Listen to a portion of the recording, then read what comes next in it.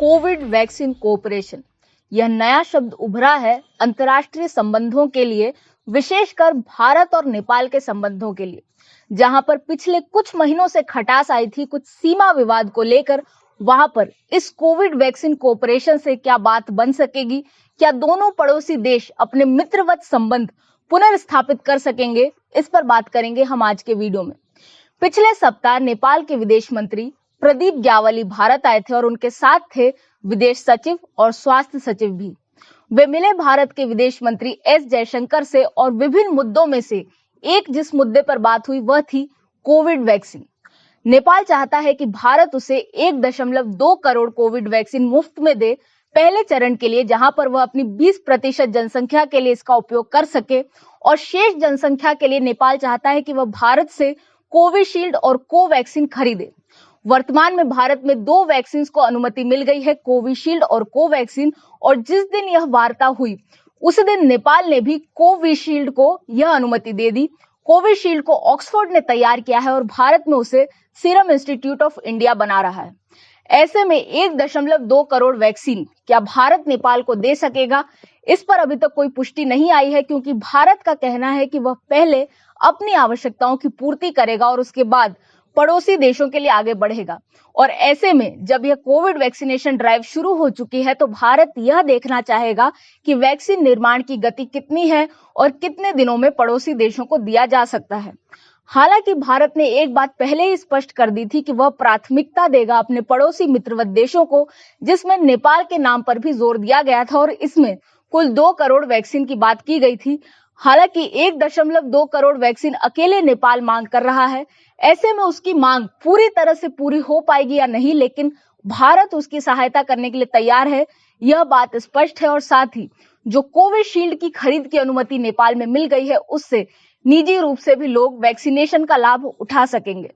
इसके अलावा ध्यान देने वाली बात यह है कि चीन ने भी नेपाल पर दबाव बनाया था कि वह उसकी वैक्सीन खरीदे, लेकिन चीन की वैक्सीन कितनी प्रभावशाली है और इसकी पारदर्शिता पर भी संदेह उठाए जा रहे हैं।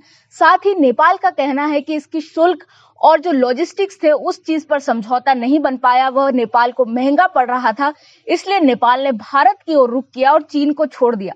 चीन इस चीज से तो आहत हुआ ही है। साथ ही नेपाल ने एक और बात स्पष्ट की, वह यह था कि वह किसी का पक्ष नहीं ले रहा है। उसने कहा कि वह चीन और भारत दोनों से बराबर दूरी बनाए रखना चाहता है। ऐसे में चीन, जो पिछले कुछ वर्षों से नेपाल में इंफ्रास्ट्रक्चर के माध्यम से पैठ बनाना चाह रहा था, उसे आहत हुआ होगा, क्योंकि भारत भी इंफ्रास्ट्रक्चर परियोजनाओं को जारी रखे हुए है, जो सीमा विवाद का मुद्दा उठा था उसके बीच में भी। कुछ महीने पहले नेपाल के प्रधानमंत्री केपी शर्मा ओली ने नेपाल का नया मानचित्र जारी किया था, जिसमें लिम्पियाधुरा, लिपुलेख और काला पानी, जो कि भारत के भाग हैं, उन्हें अपने क्षेत्र में दिखाया था। इस पर विवाद हुआ था और भारत ने इसे अस्वीकार्य कर दिया था, लेकिन जब नेपाल के विदेश मंत्री भारत आए तो उन्होंने इन क्षेत्रों का नाम नहीं लिया, बल्कि ये कहा कि सीमा विवाद को सुलझाने के लिए हमें आपस में वार्ता करनी चाहिए। ऐसे में वार्ता काफी लंबे समय से चल रही है नेपाल के साथ, जहां पर रॉ के प्रमुख समंत गोयल भी नेपाल गए थे, सेना प्रमुख MM नरवाणे भी नेपाल गए थे और भारत के विदेश सचिव हर्ष श्रृंगला भी नेपाल दौरे पर जा चुके हैं।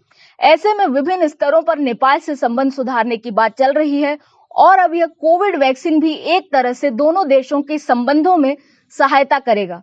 इसके अलावा इस बैठक में जो बात हुई वह एक थी रक्सौल रेलवे ब्रॉडगेज की, जो कि नेपाल तक बढ़ाई जाए, ऐसी बात हुई है। और साथ ही पंचेश्वर हाइड्रो पावर प्रोजेक्ट, जो कि काफी लंबे समय से विलंबित है, उसे भी आगे बढ़ाने की बात हुई है। और नेपाल के विदेश मंत्री ने यह भी कहा है कि यह एक उदाहरण बनेगा कि कैसे जल संसाधनों का उपयोग इतने अच्छे तरीके से 2 देशों के समन्वय से हो सकता है, यह उस चीज से सिद्ध किया जाएगा।